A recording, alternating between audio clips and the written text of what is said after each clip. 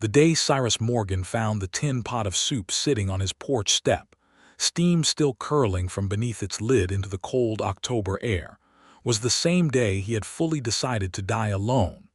He stood in the doorway of his cabin on the edge of Harlan Creek, Nevada, in the autumn of 1879, and stared at that pot like it was something dangerous, like it might be a coiled rattler dressed up in tin clothing. His hand rested on the grip of his Colt revolver, purely from habit, and the morning light stretched long gold fingers across the porch boards, illuminating the simple vessel and the folded piece of cloth tucked beneath it. He looked left down the trail that wound toward town, then right toward the ridge where the junipers grew thick and rustled in the breeze. Nothing. Whoever had left it was already gone. Cyrus was 34 years old and had the look of a man who had lived 45. Not in a broken way, but in a weathered way, the way good leather weathers into something stronger than it started. His jaw carried the kind of stubble that never quite became a beard, and his eyes were a gray-green that shifted color depending on the sky, which people in Harlan Creek would have known if any of them had gotten close enough to notice. Very few had. His hair was dark brown with the first few threads of silver at his temples, and his hands were wide and scarred and had dug more graves than he liked to think about. 4 of them, to be precise. Elias Croft had been his first partner, back in 1871, when Cyrus was barely 26 and still believed the world operated with some fundamental fairness. They had worked a silver claim together outside of Austin, Nevada, and Elias had died of a fever in July of that year, 3 days after the rains came and the creek flooded their shaft. Cyrus had wrapped him in canvas and put him in the ground alone because there was nobody else, and he had stood over the mound of red earth and not known what to say, so he said nothing. 2 years later it was Pete Dawson, who had partnered with him on a cattle drive to Elko. Pete was a good man, funny in the evenings and steady in the saddle, and a spooked steer had done for him in a canyon outside of Battle Mountain. The sound Pete made when he went down was something Cyrus still sometimes heard in the space between sleeping and waking. Samuel Gray had lasted the longest, nearly 4 years as a ranch hand alongside Cyrus on the Harlan land before an infected wound from a rusted fence wire had taken him slowly and terribly in the spring of 1877. Cyrus had sat with Samuel for 11 days, doing what little could be done, and had buried him beneath the big cottonwood down by the creek bed, which was the spot Samuel had always said he liked best. And then there was Reuben Vasquez, his most recent partner, a man from Sonora who had spoken 3 languages and cooked better than anyone Cyrus had ever known. Reuben had died only 8 months ago, in February of 1879, when a freak blizzard had caught them both on the high pass while moving cattle, and Reuben had given Cyrus his heavier coat because Cyrus's had been torn on barbed wire 2 days before. Cyrus had survived the blizzard. Reuben had not, and that particular guilt was the kind that did not dim with the passing of seasons. So when people in the small town of Harlan Creek, population roughly 300 souls spread across the valley and the surrounding claims, said that Cyrus Morgan kept to himself and trusted nobody, they were not saying it cruelly. They were simply observing a fact. He came to town for supplies twice a month, spoke when spoken to, paid his debts on time and went home.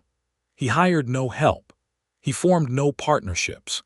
He ate alone, slept alone, and worked his small cattle operation and his modest vegetable patch alone, which was an exhausting and often inadequate way to exist, but it was the arrangement that allowed him to sleep without dreaming of graves. He picked up the tin pot carefully, as a man handles something he does not yet understand, and carried it inside. The cloth beneath it turned out to be a piece of plain muslin, and it had nothing written on it. Just the pot and the cloth, and whatever was inside the pot, which he did not open until he had set it on his rough plank table, and stood there for a long moment thinking about whether he should eat something left by an unknown hand. He was hungry. He was always hungry by October because the summer garden had run out, and his last trip to town had been a lean one. The smell coming from the pot was extraordinary, a deep savory thing with undertones of something herbed and something rich, and his body made the decision before his suspicious mind could finish arguing. He lifted the lid. It was a thick beef and vegetable soup, the kind made with care and time, with carrots gone soft and onions translucent and chunks of potato that had absorbed all the flavor around them. There was a bone in it, the marrow drawn into the broth so the whole thing was dense and nourishing and deeply, uncomplicatedly good. He ate it cold because he was too unsettled to bother with reheating it, standing at his own table like a man who had wandered into someone else's kitchen. And when the pot was empty, he stood there with the spoon still in his hand and felt, absurdly, like he might weep. He had not had food made by another person's hands in 8 months, not since Reuben died. He set the spoon down, put the lid back on the empty pot, and went outside to look at the trail again. The town of Harlan Creek was 5 miles east, down a packed dirt road that became a muddy disaster in heavy rain. To the north were the Jarrett Canyon foothills, where several mining operations worked the rock for gold and silver. To the south was open cattle range. To the west, where the sun was now fully up and turning the sage gold, there was a newer spread of small homestead claims that had been going in over the last 2 years as the Homestead Act continued to draw people west. Most of the newcomers were families, a fact that Cyrus knew abstractly the way he knew most facts about the world around him, which was to say he noted them without allowing them to become personal. He went back inside and washed the pot. He put it on his porch in the afternoon, clean and dried, in case whoever had left it needed it back. By evening it was still there. By the following morning it was still there. On the third day he woke to find the pot gone, and in its place, a smaller jar containing what appeared to be a preserve of some dark berry, and a small bundle of dried sage tied with a piece of rough twine. He stood in his doorway again with his hand on his revolver grip again, looking left and right along the trail, and again finding nothing but the morning and the silence. This time he was faster. He ran barefoot to the end of his porch, down the 2 steps, and around to the side of the cabin where the ground was softer near the water barrel. There in the damp earth were boot prints, small ones, heading back toward the trail that wound west toward the new homestead claims. He stood in his bare feet on the cold morning dirt and looked in the direction those prints led, and felt something stir in his chest that he did not immediately have a name for. It felt a little like curiosity. It had been a long time since he'd felt that. He did not follow the prints that day. He was a cautious man, not a reckless one, and caution had kept him alive where 4 better men had not survived. But he started paying closer attention to the western trail. The new homesteaders on that side of Harlan Creek had begun arriving in earnest in the spring of 1878. Cyrus had watched from a distance as wagons came and stakes were driven, and rough houses went up with the speed born of necessity before winter. He knew by name a few of the families, the Hendersons and the Potters and old Clarence Webb, who had come alone at the age of 62 with a mule and a set of tools and an inexplicable confidence. But there were others he had paid less attention to. 3 days after the jar of preserves, he went to town on a Tuesday, which was unusual since his habit was to go on Saturdays. He tied his horse at the rail outside Mackenzie's general store and went in and bought flour and coffee and a tin of salt pork. And while he was counting out coins, he said to Frank Mackenzie, who was a broad, cheerful man with a beard like a red hedge, who has taken the claim on the western trail, the one about 3 miles out with the blue door. Frank Mackenzie looked at Cyrus with mild surprise because Cyrus did not generally ask after people. "That would be the Atwood widow," he said. "Martha Atwood. Came out here in June from Ohio by way of Reno. She is on her own out there, her and her younger brother Thomas, who is about 19 or 20. Good people. She comes in for supplies regular." Cyrus nodded and said nothing more and took his supplies and left, Martha Atwood. He turned the name over in his mind on the 5-mile ride home the way you turn a coin over in your fingers, feeling its weight and its edges. A widow, from Ohio, on her own except for a young brother, in a cabin with a blue door 3 miles west. He arrived home, put his horse up, and sat on his porch in the early afternoon light with a cup of coffee and the jar of dark berry preserves. He opened the jar and smelled it. Blackberry, he thought, or maybe serviceberry, which grew along the creek margins in good years, sweet and dark and carefully made.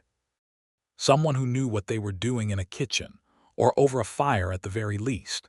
He had never once in his life had a woman leave him food. He spread some of the preserves on a piece of leftover cornbread with his knife and ate it slowly, watching a hawk make lazy circles over the sage flats, and he allowed himself to wonder, just briefly and carefully, what kind of woman went to the trouble of making soup for a neighbor she had never spoken to, and then disappeared before he could see her face. He found out on a Thursday, 12 days after the first pot of soup appeared on his doorstep.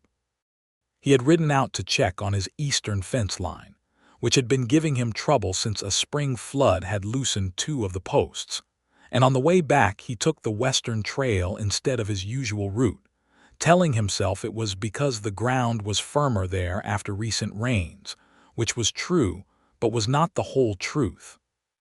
He rounded the gentle bend where the juniper stand thickened and opened up to a stretch of open grassland, and there were the homestead claims laid out in rough geometry, the Henderson place with its washing line, old Clarence Webb's place with its enormous woodpile, and set slightly apart from the others, a modest but neat cabin with a blue door. A woman was in the yard. She was working at a kitchen garden that was clearly being prepared for the coming winter, turning the spent soil with a long-handled hoe, and she moved with the focused efficiency of someone who had a great deal to do and intended to do it.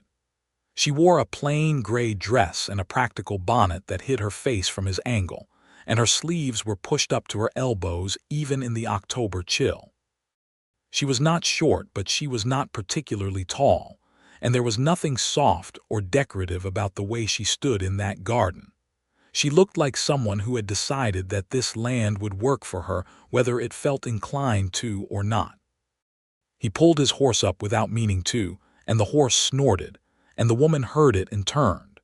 She was perhaps 28 or 29, with a face that was not classically pretty by the standards of parlor illustrations, but was striking in a way that had nothing to do with prettiness.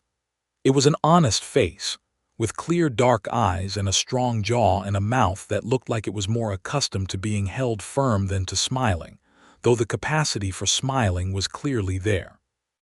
There was a smudge of soil on her left cheekbone that she had apparently not noticed. Her hair, where it escaped from beneath the bonnet, was a dark auburn, almost brown in the shadow and almost red in the direct light.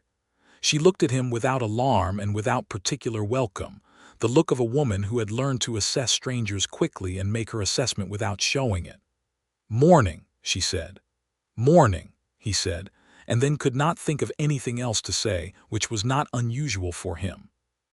A silence developed, the kind that would have been uncomfortable with anyone else, but she did not seem bothered by it.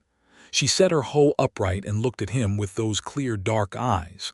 "You are Cyrus Morgan," she said. It was not a question. "I am," he said. "I am Martha Atwood." She said it straightforwardly, the way you state something that simply needs to be stated. "I live here." "I know," he said. "Frank Mackenzie told me."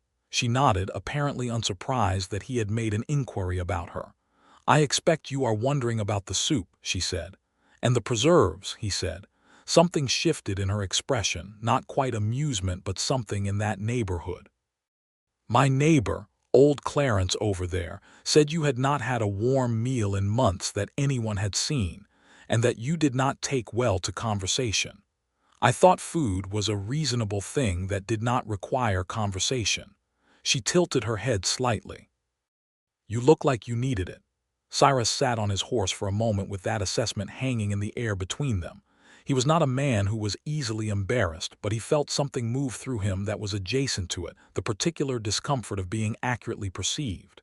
"It was good soup," he said finally. "Thank you," she said without any false modesty. "I am a good cook. It is one of the things I am good at." "What are the others?" he asked, and was surprised to hear himself asking it. She considered him for a moment. "Keeping accounts," she said. "Growing things, refusing to be frightened." She paused. "You can get down off your horse if you want. I have coffee on." He should have said no. His whole constructed existence was built on the foundation of no, of distance, of the 6 feet of earth between himself and any investment in another person's survival. He looked at her in that kitchen garden with her hoe and her smudge of dirt and her unsettling calm, and he said, "All right." He tied his horse at her fence post and followed her inside. The interior of her cabin was small, but arranged with the intelligence of someone who had thought carefully about space and function. There was a real cook stove, which was not cheap and indicated either some previous resources or serious priorities, and the walls had 2 small windows that let in the light from both the east and the south. A spinning wheel sat in one corner, a modest bookshelf in another with perhaps a dozen volumes standing straight. The table was clean and the floor was swept, and everything about it said this woman has made a home here, not just a shelter. Her brother Thomas was not present, she explained as she poured coffee, because he was working days at the Harlan Creek livery stable through the winter season to bring in some cash money while she kept the claim going. He was a good boy, she said, by which she seemed to mean he was decent and willing, though she allowed that he was young and had a young man's tendency to believe the world was fundamentally navigable if you just rode at it fast enough. Cyrus sat at her table and drank her coffee, which was very good, and she sat across from him, and did not fill the silence with unnecessary words, which he appreciated more than he could have said. She asked him 2 questions: how long he had been on his claim, which he told her was 6 years, and whether the western fence line flooded in spring, which he told her did not because the gradient ran away from the creek on that side. She listened to his answers with genuine attention, the kind that processed information rather than just waited for its turn to speak. He stayed 40 minutes by the sun's position and then stood and said he had to see to his fence, which was true. "Thank you for the coffee," he said at her door. "Thank you for stopping," she said. She looked at him with those direct eyes and said, "You can stop again if you want." He rode home and thought about her the entire 5 miles. He stopped again 4 days later. On the pretext of returning a bag of dried beans he said he had extra, which was a lie he had constructed by going to Frank McKenzie and buying extra dried beans specifically so he would have a pretext, an action he recognized as ridiculous even while he was doing it. She accepted the beans with equanimity, offered coffee again, and this time they talked for nearly 2 hours. He learned a great deal in those 2 hours. He learned that she had been married at 22 to a man named George Atwood, a farmer in Coshocton County, Ohio, and that George had died of typhoid fever 18 months ago, leaving her a small debt and a smaller inheritance and a brother named Thomas to see to.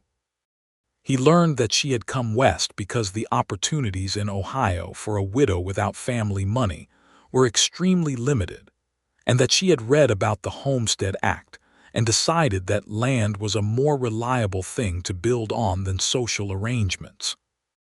He learned that she had been afraid on the journey west, not of physical danger specifically, but of the vast impersonality of it, of how small a single person's life looked against the landscape, and that she had decided the fear was informative but not prohibitive.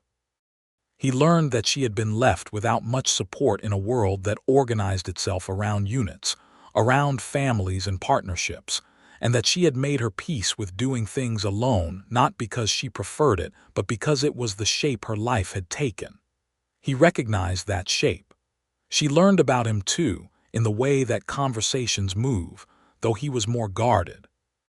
He told her about his claim, his cattle, his garden.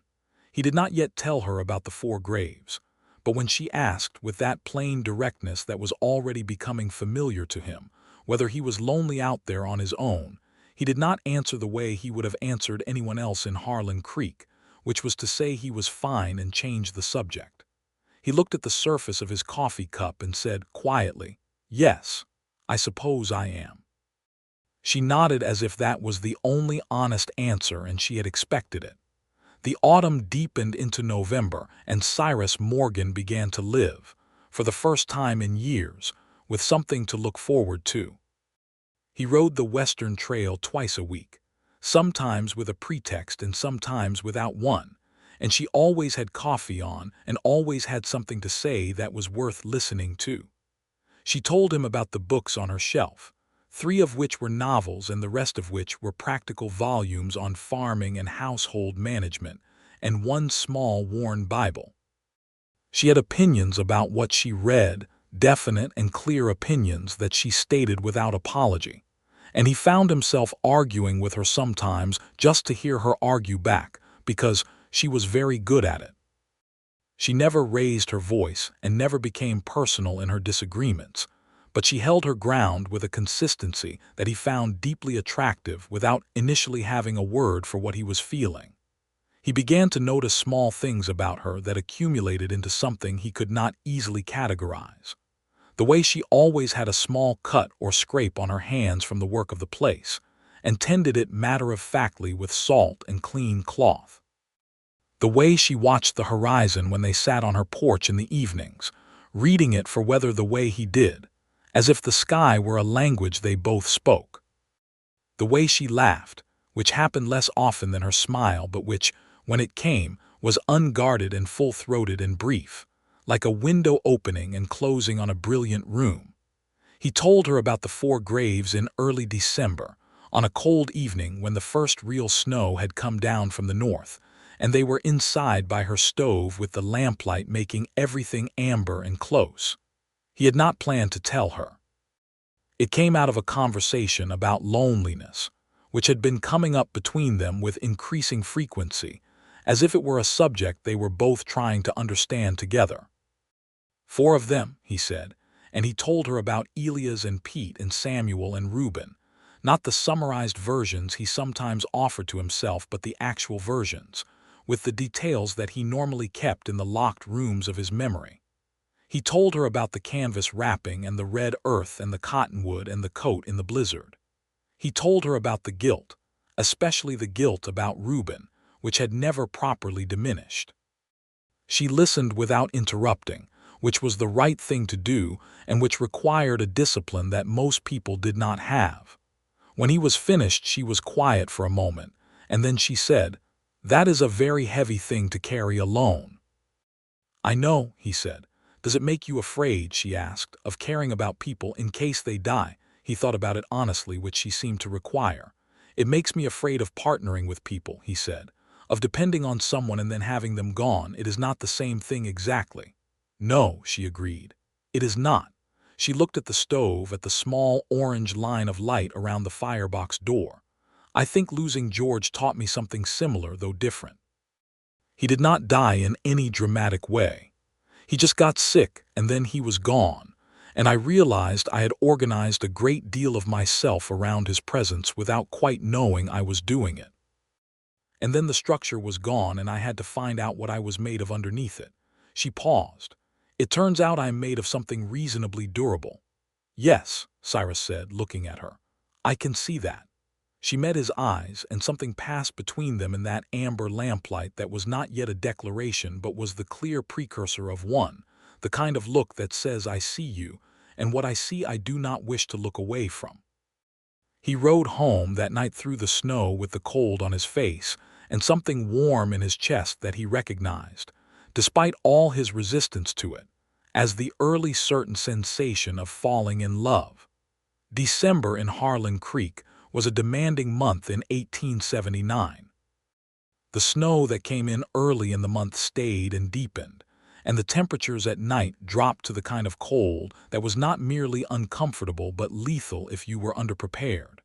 Cyrus had enough firewood stacked. His cattle were in the south pasture where there was still some shelter from the ridge, and he had put up enough hay in the fall to see them through. But he spent 3 days in the second week of December lying awake thinking about whether Martha Atwood's woodpile was adequate, And on the fourth day, he loaded his saddle with an axe and extra splitting wedges, and rode out to her place without any pretext at all. Her woodpile, he discovered upon arrival, was about 2/3 of what it needed to be for the winter. She was aware of this, she told him when he stated it, and had planned to have Thomas work on it over his next free days. Thomas's next free days were not for another week and a half. "I will split some wood," Cyrus said. She looked at him for a moment with that assessing look, and he could see her working out the geometry of accepting help and what it meant, and whether she was comfortable with what it meant. "All right," she said, "I will fix dinner." He split wood for 4 hours in her yard, and she made a venison stew from a deer Thomas had taken the week before. And when Thomas himself arrived home from the livery in the early afternoon, he shook Cyrus's hand with the open friendliness of a young man who was fundamentally uncomplicated about people, which Cyrus found refreshing. Thomas was 19, tall like his sister was not, with the same dark eyes but a ready smile that sat on his face more easily than hers did. They ate dinner together, the three of them, and afterward Thomas went to his room and Martha and Cyrus sat on opposite sides of her table with a lamp between them, and the conversation moved, as it always did with her, into something genuine before either of them quite planned it. "You do not have to keep finding reasons to come here," she said, not unkindly, but with that direct quality she had. "You can just come." He looked at her across the lamp. "Is that an invitation?" "I believe it is," she said, and there was something in her voice then, a careful and considered and real thing, that made his whole chest ache with the recognition of it. "Martha," he said, and her name felt different said aloud than turned over privately, fuller somehow, the two syllables taking up actual space in the room. "I want to be honest with you about something. I would prefer that to the alternative," she said. "I am not easy company," he said. "I know that. I have spent years keeping people at a distance, and I am not certain I know how to stop doing it. And I do not want to offer you something I am not sure I am capable of." She considered him with those dark eyes for a long, quiet moment. "Cyrus," she said, "I have been watching you for 2 months. You come here twice a week. You brought me wood today without being asked. You listen when I talk in a way that most people do not, and you are honest when I ask you direct questions, which is rarer than it should be." She folded her hands on the table. "I am not asking you for something you are not capable of. I am asking you for exactly what you are doing, which is showing up." He was quiet for a moment. Outside, the wind moved over the snow with a low sound, and the lamp flickered once and settled. "I have not had a woman look at me the way you sometimes look at me," he said slowly, "and not known what to do with it in quite some time." She smiled at that, the full, unguarded smile that opened like a window. "What are you going to do with it?" she asked. He reached across the table and put his hand over both of hers where they were folded there, and felt the particular architecture of her hands, the small callus along her right palm from the hoe, the slight roughness of cold-worked skin, the living warmth beneath it all. He felt her fingers close around his, one small definite movement, and he sat there holding her hands in the lamplight with the winter outside, and thought that this was the most solid he had felt in years. "I am going to court you properly," he said, "if you will let me." "I will let you," she said. He rode home through the snow an hour later with her lamplight still visible from the trail, a warm yellow square in the blue-dark winter, and he turned once to look at it before the bend in the trail took it from his sight. The courtship of Cyrus Morgan and Martha Atwood in the winter of 1879 and into the early months of 1880 was not a dramatic thing by the standards of stories, but it was a real thing, which was better.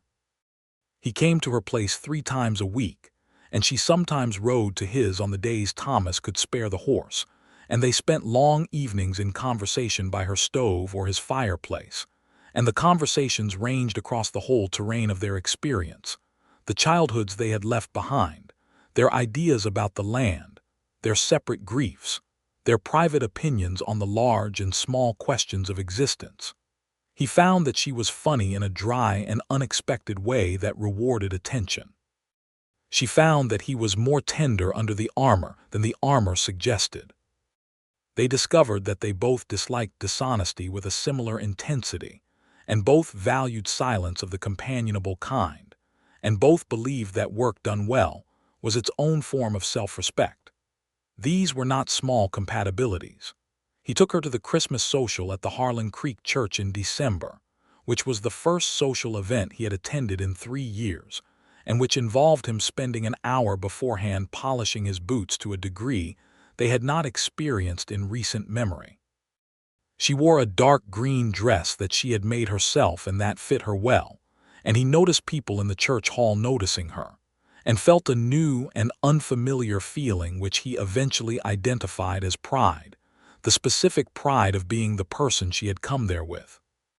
She danced with him once, the slow, deliberate kind of dancing done in the spaces between good furniture pushed back against the walls, and he was not a practiced dancer, but she was patient and told him where to put his feet, and they moved through the music together with her hand in his and her eyes on his face, and he thought with perfect clarity that he did not want to be anywhere else on earth that night. Frank Mackenzie said to him at the punch table, with the broad, cheerful unself-consciousness of a man who considers gossip to be neighborly, "She is a fine woman, Cyrus. It would be good to see you happy." Cyrus looked at him for a moment with the habitual reserve that was his first response to any personal observation, and then said simply, "Yes, it would." In January, the cold grew serious and Cyrus spent more time at her place than his own, helping with the things that required more than 2 hands, reinforcing the walls against drafts, seeing to her animals, splitting the endless wood. Thomas worked alongside him on the days he was home, and the two of them developed a comfortable working relationship based on few words and complementary skills, Thomas being quick and strong, and Cyrus being methodical and experienced. Martha cooked for all of them, and Cyrus discovered that the soup he had eaten cold from a tin pot on his porch had not been a fluke. She cooked the way she did everything, with intelligence and care and without fuss, making good things from limited materials, which was the specific skill of someone who had always had to be practical about resources. He sat at her table and ate her food and felt, meal after meal, the particular restoration that comes from being fed not just in the body, but in some deeper place that hunger of a different kind had been quietly excavating for years. He told her about the graves in full detail one February evening, all 4 of them, the complete versions, because she had been telling him about something she regretted from her years in Ohio, and he had felt it was only right to offer something of equal weight in return. He told her about Reuben's coat which he had kept. She asked to see it. He brought it on his next visit, and she held it in her hands for a moment and said, "He sounds like he was a very good man." "He was the best," Cyrus said. "I think about him every time it snows." "That is a good way to remember someone," she said. "Not the grief but the person." He had not thought of it that way before, and it did something for him, the reframing of it, the way her perspective shifted the furniture of his memory into a different arrangement. He began to think about all 4 of them that way, not as the accumulated weight of loss, but as the actual specific people they had been, and found that the weight did not disappear but became more bearable, more integrated, as if it belonged to him now rather than haunting him. He proposed to her on a Saturday in March of 1880, on the creek bank behind his cabin where the cottonwood over Samuel's grave was beginning to show the first small leaves of spring. They had walked out after lunch without any specific destination, the way they had begun to walk together when the weather allowed it, and the afternoon was the particular blue-gold of early Nevada spring, sharp-haired and luminous. He stopped walking and she stopped with him, reading him as she had learned to read him, and turned to face him. He looked at her in the afternoon light, this woman who had left soup on his doorstep and disappeared, who had walked into his careful solitude with coffee and directness and dark auburn hair escaping from under a bonnet, who had rearranged everything he thought he knew about what his life was going to be. "Martha," he said, "I want to ask you something and I want to ask it correctly." "Then ask it," she said. He did not have a ring. He had not been to town for one because the thought of going to Mackenzie's and asking for a ring had felt like an exposure he was not ready for until the actual moment of doing it. And here was the actual moment. He reached into his shirt pocket and produced a small piece of ribbon he had tied into a loop, blue ribbon from a package she had sent him once with some preserves, which he had kept without quite knowing why until now. He held it out to her in the open spring air. "This is a poor substitute for what I intend to get you next time I am in town," he said, "but I did not want to wait any longer. Will you marry me?" She looked at the ribbon loop in his palm and then at his face, and he watched the whole progression of her expression, the recognition of what he was asking, the checking of something deep inside herself, and then the certain clear arrival at an answer. "Yes," she said. "Absolutely yes." He put the ribbon on her finger, and she held it there with her other hand and laughed, the full unguarded one, and he gathered her toward him the way he had wanted to for months, and she came without hesitation and tucked her face against his shoulder, and he stood there by the creek in the new spring with his arms around her, and felt something vast and patient inside him release, like a river in thaw, like a door opened into light. The wedding of Cyrus Morgan and Martha Atwood took place on a bright Saturday in late April of 1880, in the small Harlan Creek church, with the whole of the local community in attendance, because Frank Mackenzie had told everyone, and Frank Mackenzie told everyone everything. The Reverend Horace Bell, who was a stout and kind man of perhaps 60 who ran both the church and a small lending library, performed the ceremony with genuine pleasure, and Thomas Atwood stood at the front in his best clothes and looked both proud and slightly bewildered by the speed of events, as young men do when older people around them make decisive choices. Martha wore the dark green dress again because she had made it, and it was good, and she was practical. And she carried a small bunch of the first wildflowers Thomas had found along the creek that morning, yellow ones that Cyrus did not know the name of but that looked exactly right in her hands. Cyrus wore his cleanest clothes and his polished boots and stood at the front of that church and watched her walk toward him and felt the particular solemnity of a moment that is exactly as large as it looks. He said his vows clearly and with conviction, looking at her the whole time, because she was the point of them. She said hers with that clear, direct voice, no tremor, no hesitation, her eyes on his. And when Reverend Bell said he could kiss his bride, she tipped her chin up toward him with a small smile, and he kissed her gently, and the church clapped in the unconstrained way of people who are genuinely glad about something.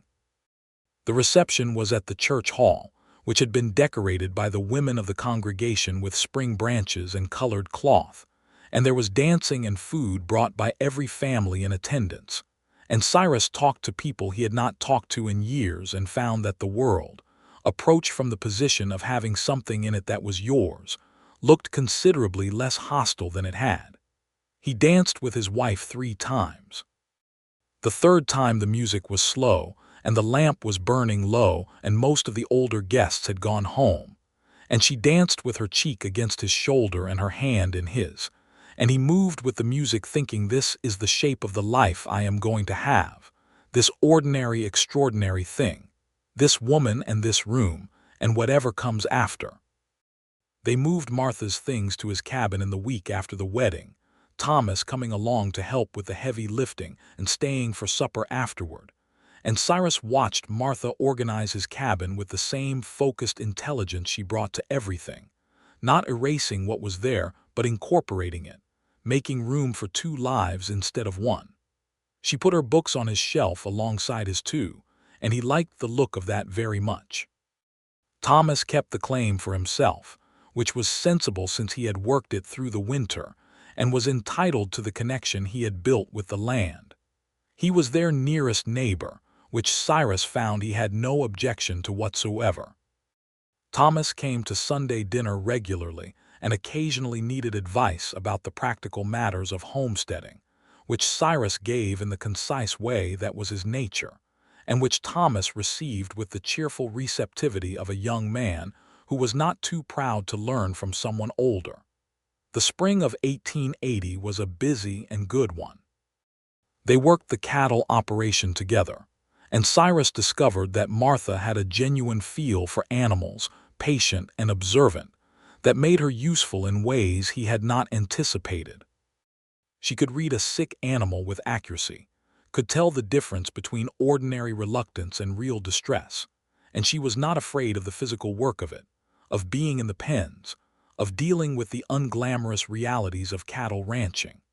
He watched her one morning talking to a calf that had gotten separated from its mother and was penned alone, talking to it quietly while she assessed whether it was well or sick, and felt that particular fullness in his chest that was now his constant companion.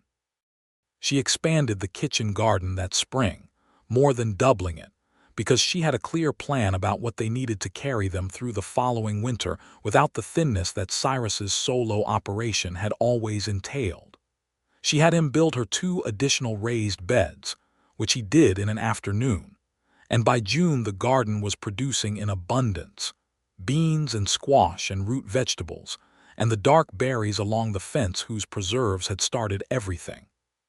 He built her a proper pantry shelf in late May, a long, sturdy thing along the north wall of the cabin, where the cool air kept things longest, and she stocked it with the systematic pleasure of someone who had spent years worried about having enough, and was now building against that worry deliberately.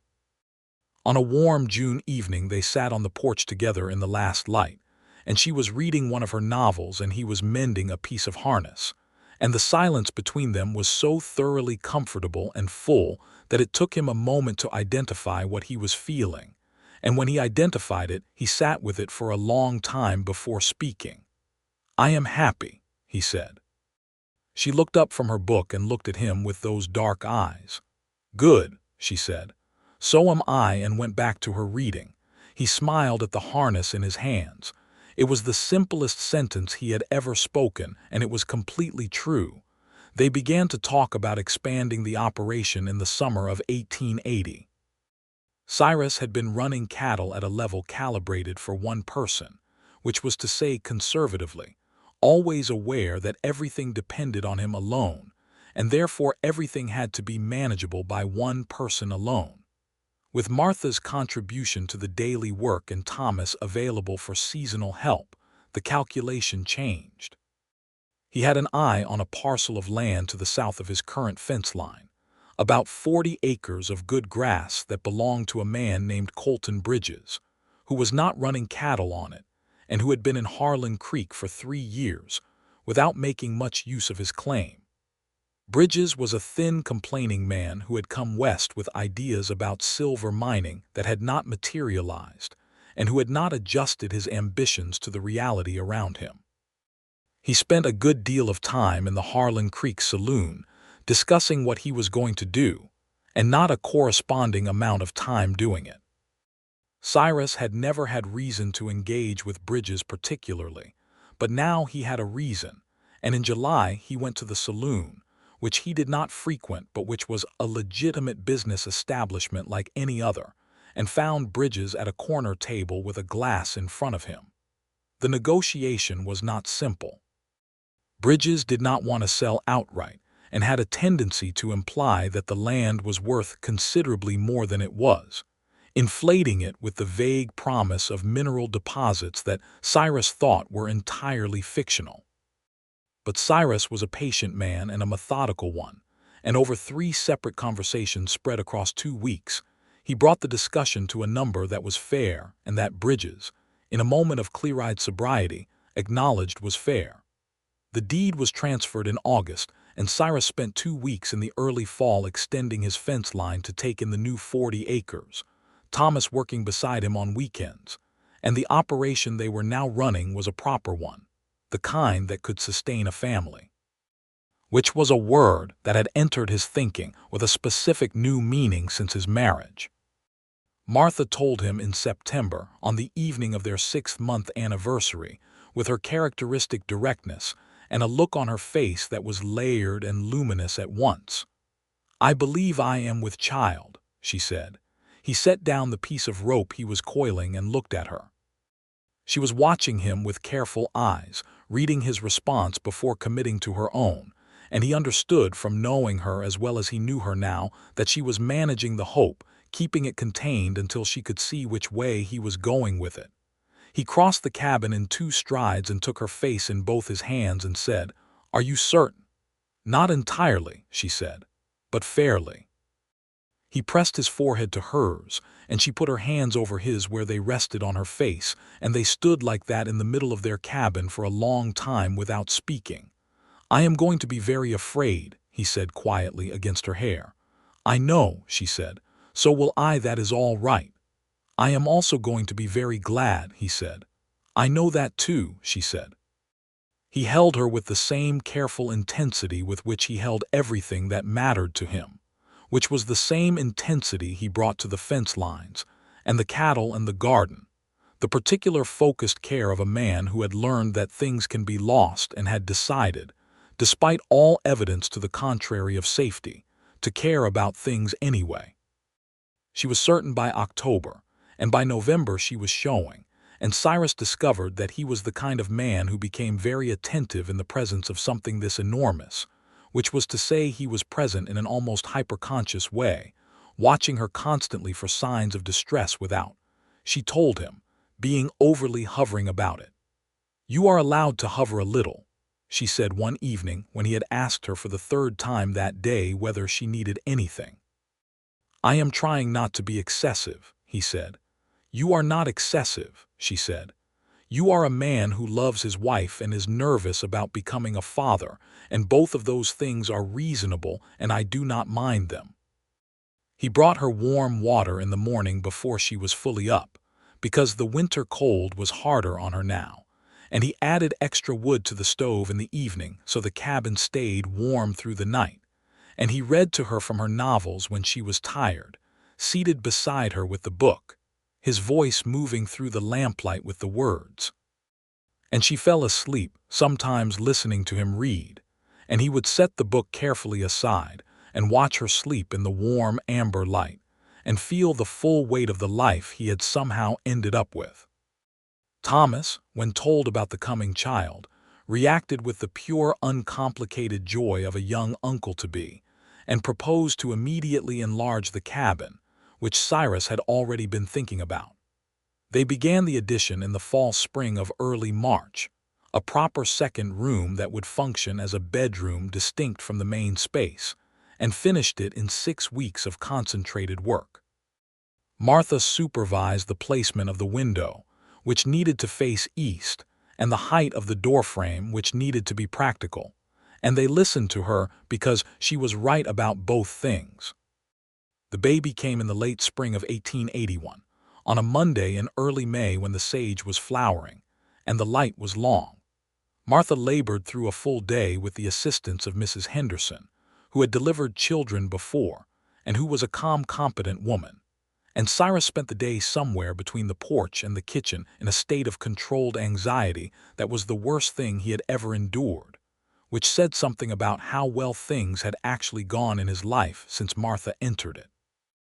He was allowed in near the end, and was there when the baby arrived, and the baby was a boy, red-faced and outraged and absolutely present in the room in the way that new people are, full of the specific demand of existence. Cyrus held him first and felt the extraordinary lightness and weight of him simultaneously, the paradox of how something so small could rearrange everything.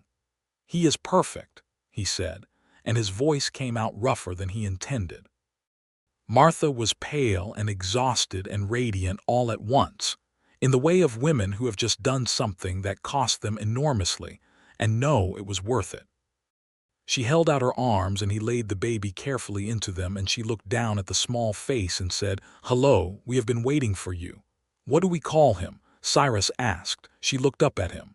"I thought Samuel," she said, "for the man under the cottonwood." He had to be quiet for a moment after that. He looked out the east window at the morning light and said, "Yes, that is right." Samuel James Morgan, named for the man beneath the cottonwood and for Martha's father, was a child of strong opinions from very early on, which surprised neither of his parents. He was a loud and demanding infant who became, around 6 months, a cheerful and exploratory one.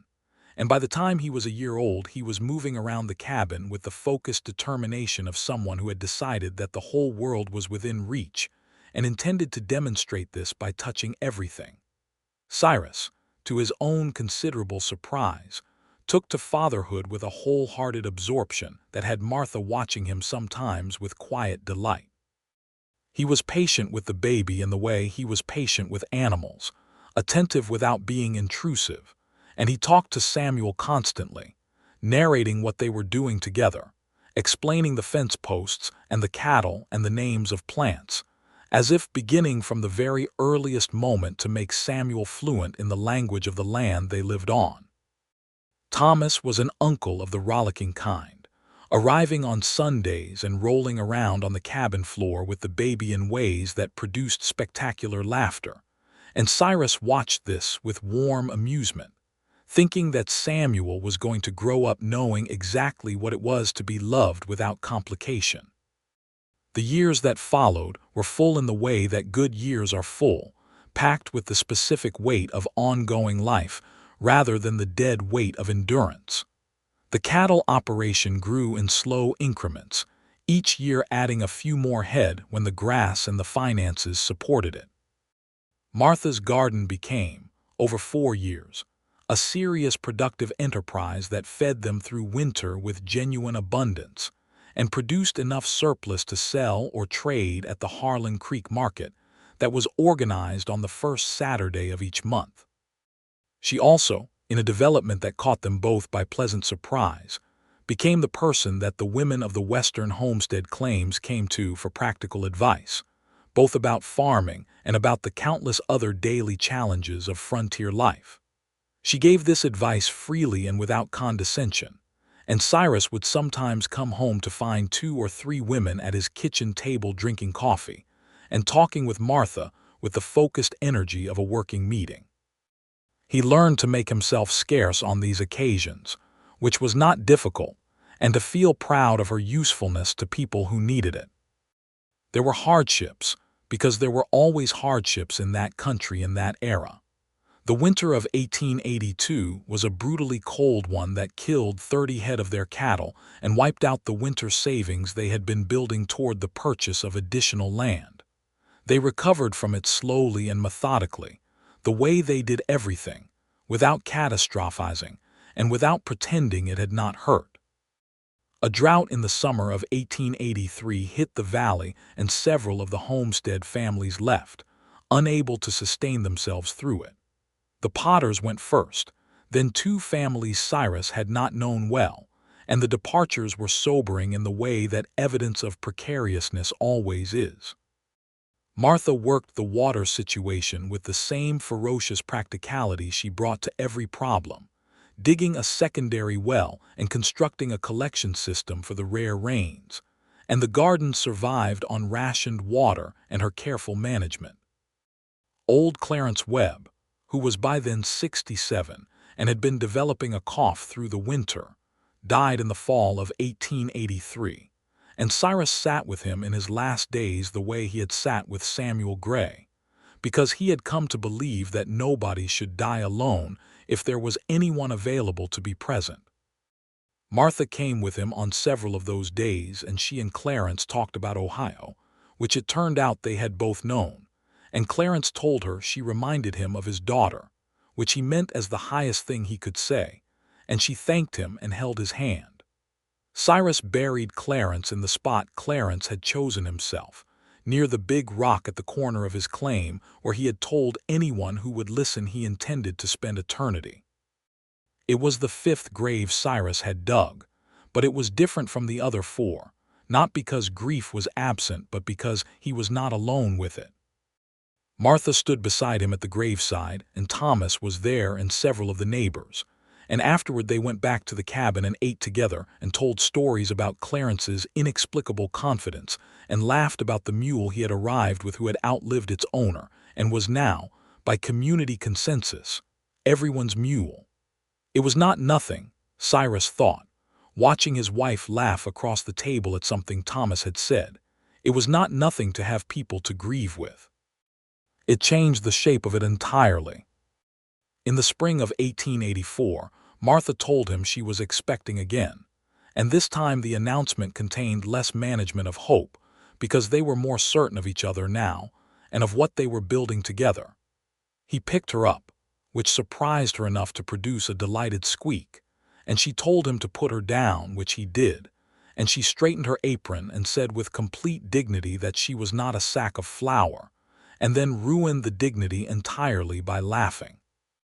Little Samuel was 3 years old by then, and was aware that something was happening, though not precisely what, and he followed his father around with the dogged attachment of a boy who considers his father to be the most interesting person in the world, which Cyrus found to be the finest thing anyone had ever thought about him. The second child arrived in November of 1884 and was a girl, and Martha named her Eliza, which was close to Elia's, and looked at Cyrus when she said the name, and he understood. Eliza Morgan was a smaller and more contemplative baby than her brother had been, with her father's gray-green eyes, which appeared on an infant face with an otherworldly quality that made people smile involuntarily.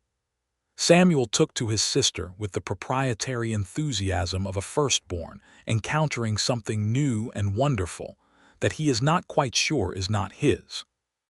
He brought her things constantly, small objects that he considered valuable, a smooth stone, a dried flower, a piece of rope tied in the shape of something he said was a horse, which required some interpretive generosity. Cyrus watched his son and daughter together and felt the specific fullness of that, the generation he and Martha had made, this small, sturdy world they were building one season at a time. Thomas, in the fall of 1884, had begun courting a young woman from a family in the Eastern Valley, a quiet, fair-haired girl named Alice Prout, whose father ran a successful hay operation. Martha watched this development with the particular attention of an older sister who cares about both parties, and said to Cyrus one evening that she thought they were well suited, Alice being steady where Thomas was impulsive, organized where he was enthusiastic. Cyrus said he hoped Thomas had the sense to recognize a good thing when it was in front of him. Martha looked at him with a sideways smile and said, "You did not initially." "I recognized it," he said. "I was afraid of it, which is different." She reached over and put her hand on his arm, the simple, familiar gesture of long intimacy. "Yes," she said, "it is very different." Thomas and Alice Prout were married in the spring of 1885, in the same Harlan Creek church where Cyrus and Martha had stood 5 years before, and Cyrus stood in the front pew with Samuel beside him and Eliza in his arms, and watched his brother-in-law make the same terrified and certain face that he himself had made, and felt the continuity of it, the way good things propagate. The town of Harlan Creek grew through the mid-1880s in fits and starts, as the railroad extended its reach through Nevada and brought new people and new goods and new arrangements to the valley. There was a school built in 1885, which was the thing Martha had been waiting for with specific impatience since Samuel turned 4, and she had been one of the voices pressing the community toward it most consistently. She was on the school committee alongside Reverend Bell and 2 other women from the valley, and she attended every meeting with her notebook and her opinions. Samuel started school in the fall of 1885 at age 4, which was young, but the school teacher, a sensible young woman named Miss Clara Ford from Sacramento, assessed him and said he was ready in the ways that mattered. He came home every afternoon with the concentrated expressions of a child processing new information at high volume, and asked his father questions in the evenings that required Cyrus to think harder than he sometimes expected. One evening Samuel asked him what death was, having evidently encountered the concept at school in some context, and Cyrus sat with him on the porch in the dying light and told him, carefully and honestly, the real version. He told him about the 4 men he had buried, including the one under the cottonwood, and he watched Samuel's face work through the information with the serious effort of a 5-year-old processing something enormous. "Do you think about them?" Samuel asked. "Every day," Cyrus said. "Are you sad about it?" "Sometimes," Cyrus said. "Mostly I am glad I knew them." Samuel thought about that for a long time in the way of children who are genuinely chewing on something. Then he said, "I do not want you to die." "I do not plan to," Cyrus said. "Not for a very long time." "Good," said Samuel and went back inside, apparently satisfied. Martha, who had been in the doorway, caught his eye over Samuel's head. She said nothing, just looked at him in the last light with everything that 6 years of marriage had made between them, the whole accumulated architecture of chosen days, and he looked back at her with the same. The cattle operation reached its mature scale in 1886, when they purchased the parcel north of their original fence line, bringing their total to 160 acres of good mixed range. And Cyrus took on his first hired hand in a decade, a young man named Jesse Croft, no relation to the original Elias, who was 17 when he started, and who Cyrus trained with the same methodical patience he brought to everything. He was careful with Jesse in a way he had not been able to be careful with previous partners, because he was watching now from the position of someone who had Martha to come home to. The difference between a person who needs a partner to survive and a person who hires a hand because the work requires it. The fear was not gone, but it was manageable, and he found that the manageability of it allowed him to be present with Jesse in a way that was actually useful rather than the guarded arm's-length arrangement that had characterized his previous partnerships. Jesse turned out to be a reliable and willing young man with a talent for horses and a set of values that, when tested, proved to be genuine ones. He worked for them for 3 years and left in 1889 to take up his own claim, and the parting was without grief because it was chosen and clean, and Cyrus shook his hand and felt none of the anticipatory dread that used to attach itself to every human connection. Martha noticed. She noticed everything. She said to him one evening in 1889, when Jesse had been gone a week, "You are different than you were." "Am I?" he said. "When you first stopped your horse in my yard in October of 1879, she said, "you looked like a man who had been carrying something alone for so long he had forgotten he was carrying it. You do not look like that anymore." He thought about that. "I feel it," he said, "the difference." "What changed?" she asked, though he thought she knew. "You did not ask me to change," he said. "You just showed up every morning and made it make sense to be present." He looked at her in the evening light. "Also, you make very good soup," she laughed, the full open one that still, after 9 years, was the best sound he knew. "I believe I do," she said. The spring of 1888 had brought them a third child, another boy they named Reuben, and Cyrus had been the one to suggest the name, offering it to Martha one morning over breakfast, and watching her understand immediately why.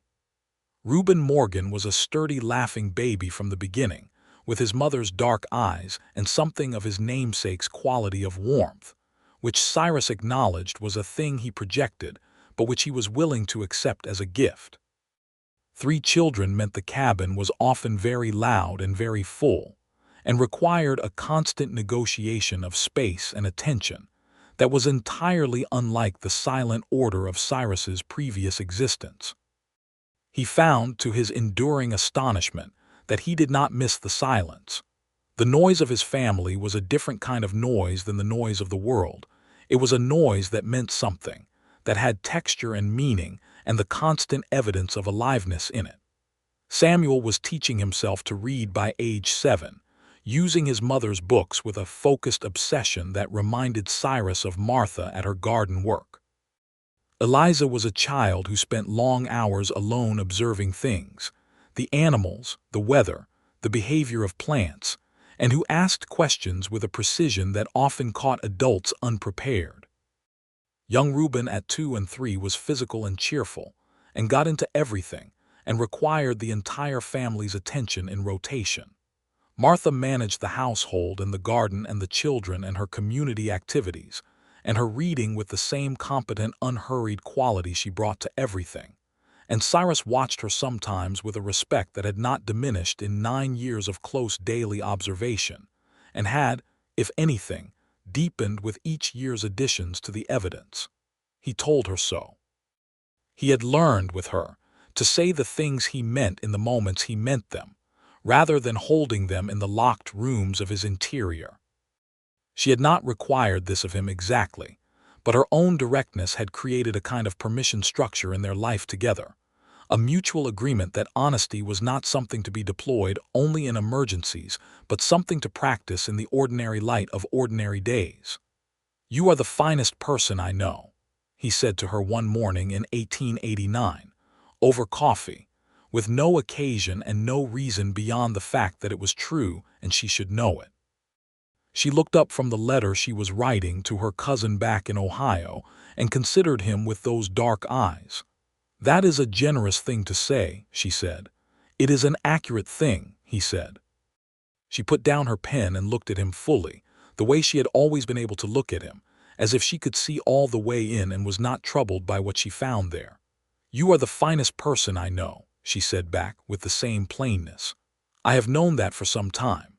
He smiled at her over his coffee cup, and she smiled back and went back to her letter, and the morning moved on around them. The town of Harlan Creek in 1890 was a different town than it had been in 1879. The railroad had reached the valley proper in 1887 and brought with it a hardware store, a small bank, a second general store, a telegraph office, and a school addition that could now hold 40 children. The population had grown to perhaps 600, and there were new faces at church every Sunday and new names at the general store, and the rough provisional character of the early years was beginning to give way to something more settled. Cyrus watched this process with complicated feelings, the way anyone watches a place they have known in its rawer form acquire polish. There was improvement in it, genuinely, the school and the bank, and the telegraph that allowed communication with the wider world. But there was also something lost, the specific quality of the early years when every person's survival depended on a kind of mutual honesty about conditions, and when pretension was simply too expensive to maintain. Martha felt both things too, and said so precisely, and they talked about it over several evenings in the way they talked about everything that mattered, from all sides, without needing to arrive at a single conclusion. What remained constant, regardless of how the town changed, was the land itself. The 160 acres of the Morgan operation were theirs by deed and by effort, and by the long accumulation of seasons worked, and the land had the particular character of land that has been tended with understanding. The kitchen garden was a serious established thing by 1890, with perennial plantings that came back every year more robustly, and the cattle were well managed and productive, and the cabin, extended twice now, was warm and solid and full of the marks of habitation. Samuel, at age 9, had begun to help with real ranch work, not the pretend helping of small children but the actual useful kind, carrying and fetching and learning the names of things and the reasons for them. He was going to be tall, Martha said, watching him at work in the yard one afternoon, and Cyrus agreed, watching his son with the particular mixture of wonder and recognition that fathers feel when they see their children becoming themselves. Eliza, at 6, was already keeping a small notebook of observations in her careful print, things she noticed about the animals and the weather and the garden, and Martha had given her the better of her 2 pencils for this purpose, which was the kind of practical encouragement that Eliza responded to far better than effusive praise. She would grow up to be someone who paid attention, Cyrus thought. In his experience, people who paid attention were the most valuable kind. Young Reuben, at 2, was in the phase of maximum mobility and minimum caution, and required eyes at all times, which he received from his older siblings with a combination of exasperation and fierce protective affection that was exactly right. One evening in October of 1890, Cyrus and Martha sat on their porch after the children were in bed, in the full dark of a Nevada autumn night, with the stars deployed across the sky in their particular extravagance. The air smelled of sage and coming cold and the wood smoke from their chimney, and somewhere out in the dark cattle moved with slow, familiar sounds. "Do you remember the soup?" she asked out of the quiet. He smiled. I remember standing on my porch thinking it might be a trap, he said. I was terrified, she said, and the admission carried even now the particular quality of something that had required courage. I had heard you were not approachable and I believed it honestly. But old Clarence was insistent and I had a pot of soup and I thought, what is the worst that could happen? What was the worst you imagined? He asked.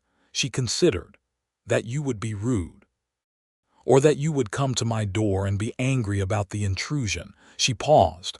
I was not prepared for you to simply be frightened. I was not frightened, he said. She gave him the look. The clear, patient, entirely accurate look. All right, he said. I was frightened. You were the most frightened man I had ever seen, she said, who looked exactly like he was not frightened at all. I found it very moving. He reached over in the dark and found her hand on the arm of her chair, and she turned her hand and laced her fingers with his in the familiar way. The night was large and quiet around them, and the stars were enormous overhead, and below them, far out in the dark pasture, one of the cattle made a low sound that rolled out across the sage and disappeared. I was going to die alone, he said. I had decided it. I had built my whole existence around it. I know, she said. I could see that. I am very glad you brought the soup, he said. She squeezed his hand. So am I, she said, though I must say it cost me 3 trips before you actually stopped to talk to me. I needed evidence, he said. Of what? That you were real, he said. That you were going to keep being real. She was quiet for a moment, and when she spoke her voice had the particular tone it carried when she was saying something she had thought about deeply. I am not going anywhere, she said. I have not been going anywhere for 11 years, and I do not intend to start. He looked at her profile in the darkness, the strong, honest line of her face against the star-crowded sky, and thought about all the mornings he had woken to find her in the kitchen, all the evenings he had come in from the fields to find her at the table or the stove or the garden, all the 10,000 small, ordinary moments that had accumulated into the specific and irreplaceable texture of his life. The soup on the doorstep had been the first one. This was somewhere in the uncountable middle, and ahead of them stretched all the rest, the seasons and the children growing, the work of the land, the evenings on this porch. Martha, he said. Cyrus, she said, the way she always said his name like it was a complete sentence. I love you, he said, in case there was any uncertainty. There has never been any uncertainty, she said. I knew it before you did, she paused. But it is always good to hear. He raised her hand and held it against his cheek for a moment, her small, warm hand against his face in the dark, and felt the full weight of what he had, the solid, improbable, blessed fullness of it. In the spring of 1891, the cottonwood over Samuel Gray's grave bloomed with more white flowers than Cyrus had ever seen on it, and he stood under it one morning in April and talked to all 4 of them, Elias and Pete and Samuel and Reuben, the way he had come to do on significant occasions, not from any particular theology, but from the feeling that the people you have loved deserve to be addressed. He told them about his children. He told them about the ranch. He told them about Martha. He described her, which took some time because she was not easily summarized. He told Reuben that his son had his warmth, which he had always believed. He stood there in the April morning under the flowering cottonwood, with the creek running clear and cold nearby, and the sage greening up in the bottomland, and the whole spring machinery of the world cycling through its renewal around him.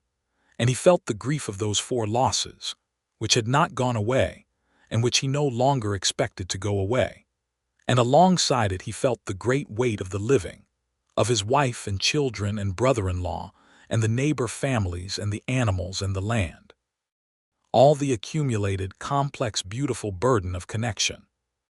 He had buried 4 partners and trusted nobody, and then a woman left soup on his doorstep and disappeared, and now he was standing here in the spring of 1891, with 11 years of living proof that the worst thing you can lose is not a person, as terrible as that is, but the willingness to love the next one. He went back to the cabin. Martha was in the garden, already at it though the morning was young, and Samuel was beside her turning soil with the small spade he had been given last birthday, and Eliza was sitting on the fence watching a bird with her notebook open, and young Reuben was toddling in the direction of the bean rows, with the fixed intention of someone who has decided that destruction of bean rows is the day's primary objective. Cyrus intercepted Reuben, lifting him up in one smooth motion, and the boy shrieked with the pleasure of being caught and swung, and Martha looked up from the garden and smiled the full unguarded smile, and Eliza looked up from her notebook long enough to shake her head at her brother's volume, and Samuel called, "Papa, come see what we found," indicating something in the turned earth with the focus of a boy who considers every discovery to be potentially extraordinary. Cyrus walked into his yard with his laughing son under his arm, and the morning around him, and the whole living weight of his particular chosen life pressing warmly in on every side, and thought, with the simple absolute certainty of a man who has come through a long distance to arrive at the right place, that this was more than enough. It was, in fact, everything. The years continued to layer themselves over the Morgan place like the rings of a tree, each one adding to the core without erasing what was there before. Samuel grew into a serious and capable young man who showed a gift for the practical mathematics of the ranch, keeping the books with a precision that gratified both his parents and that suggested a future in the management of the operation. Eliza's notebooks multiplied into a shelf of their own, filled with her careful observations of the natural world around Harlan Creek, and when a traveling lecturer from the University of Nevada came through in 1893 and saw her notebooks, he told Martha that her daughter had a scientific mind worth educating, which Martha filed away as information to act on when the time came. Reuben grew up sunny and social, the one of the 3 children most likely to come home with additional children in tow, as if the world were endlessly inviting and there was no reason not to invite it back. He had his mother's directness and his father's patience in a combination that people found immediately easy, and he was the child who, at age 7, organized a fundraising effort among the schoolchildren for a Harlan Creek family whose house had burned, which Reverend Bell reported to the whole congregation with visible emotion. In 1895, Martha's cousin Emily came west from Ohio to visit for the summer and stayed through the fall, and by December was still there, having found Harlan Creek and its possibilities more interesting than she had expected. She was a widow like Martha had been when she came west, a year younger, and she eventually took up the old Atwood homestead claim that Thomas and Alice had expanded before Alice's family land had drawn them east again. The sight of Emily in Martha's old place, with the same blue door that had weathered but been repainted, gave Martha a private satisfaction she shared with Cyrus one evening, the continuity of it, the way the place had stayed in their circle. Cyrus, in his mid-40s, was a man visibly at peace with his own life, which was not the same as a man without difficulty or loss, but was a man who had found the integration of both. His gray-green eyes were lined at the corners now from years of squinting into western light, and his hair had moved from salt and pepper to silver at the temples and beginning to gray through, and his hands were more scarred and more capable than ever. He still came to the kitchen in the morning with the instinct to manage everything alone, and Martha still read this in him and said, sometimes, "I am right here," which was all that needed saying.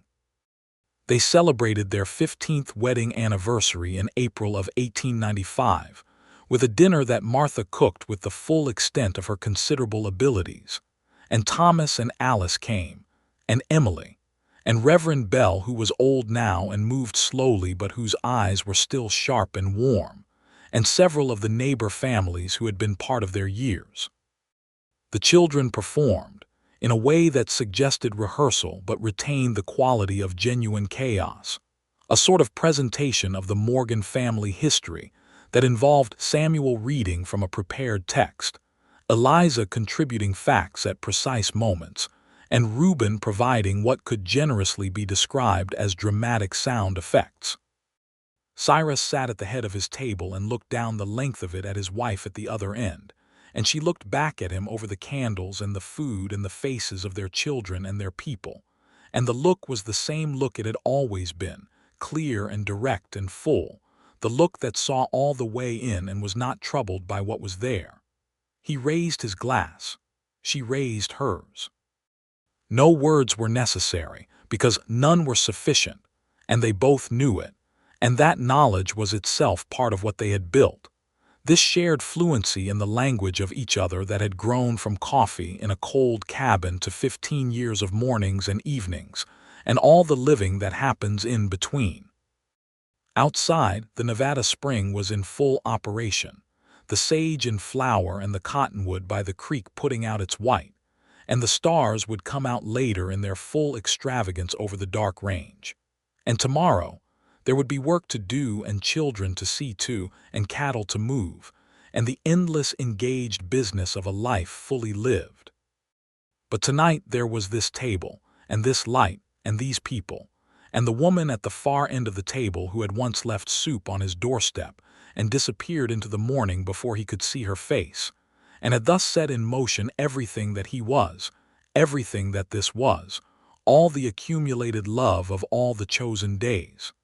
He had buried 4 partners and trusted nobody. And then Martha Atwood had come along with a tin pot and a piece of muslin, and the simple radical act of deciding that a lonely man deserved a good meal, and the rest had been the best years of his life. The years ahead of them were not guaranteed, nothing was, but they were going toward them together, and Cyrus Morgan, who had once decided to die alone, was going to need more than one lifetime to be adequately grateful for that.